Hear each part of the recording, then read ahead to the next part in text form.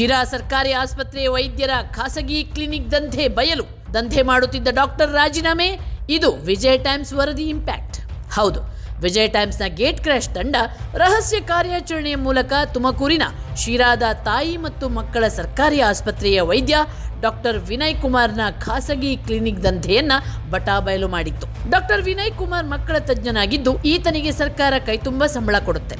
ಈತ ನಿಯಮದ ಪ್ರಕಾರ ಬೆಳಿಗ್ಗೆ 9:30ರಿಂದ 4:30 ತನಕ ಸರ್ಕಾರಿ ಆಸ್ಪತ್ರೆಯಲ್ಲೇ ಸೇವೆ ಮಾಡಬೇಕು. ಆದರೆ ಈ ಡಾಕ್ಟರ್ ವಿನಯ್ ಕುಮಾರ್ ಸರ್ಕಾರಿ ಆಸ್ಪತ್ರೆಯಲ್ಲಿ ಹಾಜರಿ ಪುಸ್ತಕಕ್ಕೆ ಬರೀ ಸಹಿ ಹಾಕ್ತಾನೆ. ಆದರೆ ಈತ ಸೇವೆ ಮಾಡೋದು ಮಾತ್ರ ತನ್ನ ಖಾಸಗಿ ಕ್ಲಿನಿಕ್ನಲ್ಲಿ. ಇತ್ತ ಡಾಕ್ಟರ್ ವಿನಯ್ ಕುಮಾರ್ ತನ್ನ ಖಾಸಗಿ ಕ್ಲಿನಿಕ್ನಲ್ಲಿ ಡ್ಯೂಟಿ ಮಾಡ್ತಿದ್ರೆ, ಅತ್ತ ಸರ್ಕಾರಿ ಆಸ್ಪತ್ರೆಯಲ್ಲಿ ಬಡ ರೋಗಿಗಳು ಈ ವೈದ್ಯರಿಗೆ ದಿನಗಟ್ಟಲೆ ಕಾಯಬೇಕು. ಕಾದು ಸುಸ್ತಾದ ರೋಗಿಗಳು ಸಾಲ ಸೋಲ ಮಾಡಿ ಖಾಸಗಿ ಆಸ್ಪತ್ರೆಗೆ ಹೋಗಿ ಚಿಕಿತ್ಸೆ ಪಡೆಯುವಂತ ದುಸ್ಥಿತಿ ಬಂದೊದಗಿತ್ತು. ರೋಗಿಗಳು ಎಷ್ಟೇ ದೂರು ಕೊಟ್ಟರೂ ಕೂಡ ತನ್ನ ತಪ್ಪನ್ನ ಸರಿಪಡಿಸಿಕೊಳ್ಳದೆ ತನ್ನ ಹಳೆ ಚಾಳಿಯನ್ನ ಮುಂದುವರಿಸಿದ್ದ. ಈತ ಈ ಹಿಂದೆಯೂ ರಾಯಚೂರಿನ ಸಿಂಧನೂರು ಸರ್ಕಾರಿ ಆಸ್ಪತ್ರೆಯಲ್ಲೂ ಇದೇ ರೀತಿ ಕಳ್ಳಾಟ ಮಾಡಿ ಅಮಾನತಾಗಿದ್ದ.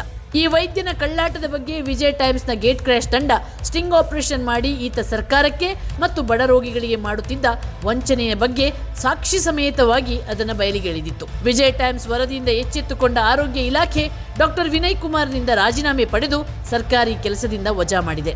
ಸರ್ಕಾರದ ಈ ದಿಟ್ಟ ಹೆಜ್ಜೆ ನಿಜವಾಗ್ಲೂ ಪ್ರಶಂಸನೀಯ. ಇದು ರಾಜ್ಯದ ಖಾಸಗಿ ಕ್ಲಿನಿಕ್ ದಂಧೆ ಮಾಡುತ್ತಿರುವ ಸರ್ಕಾರಿ ವೈದ್ಯರಿಗೆ ಪಾಠವಾಗಲಿ ಅನ್ನೋದೇ ನಮ್ಮ ಆಶಯ.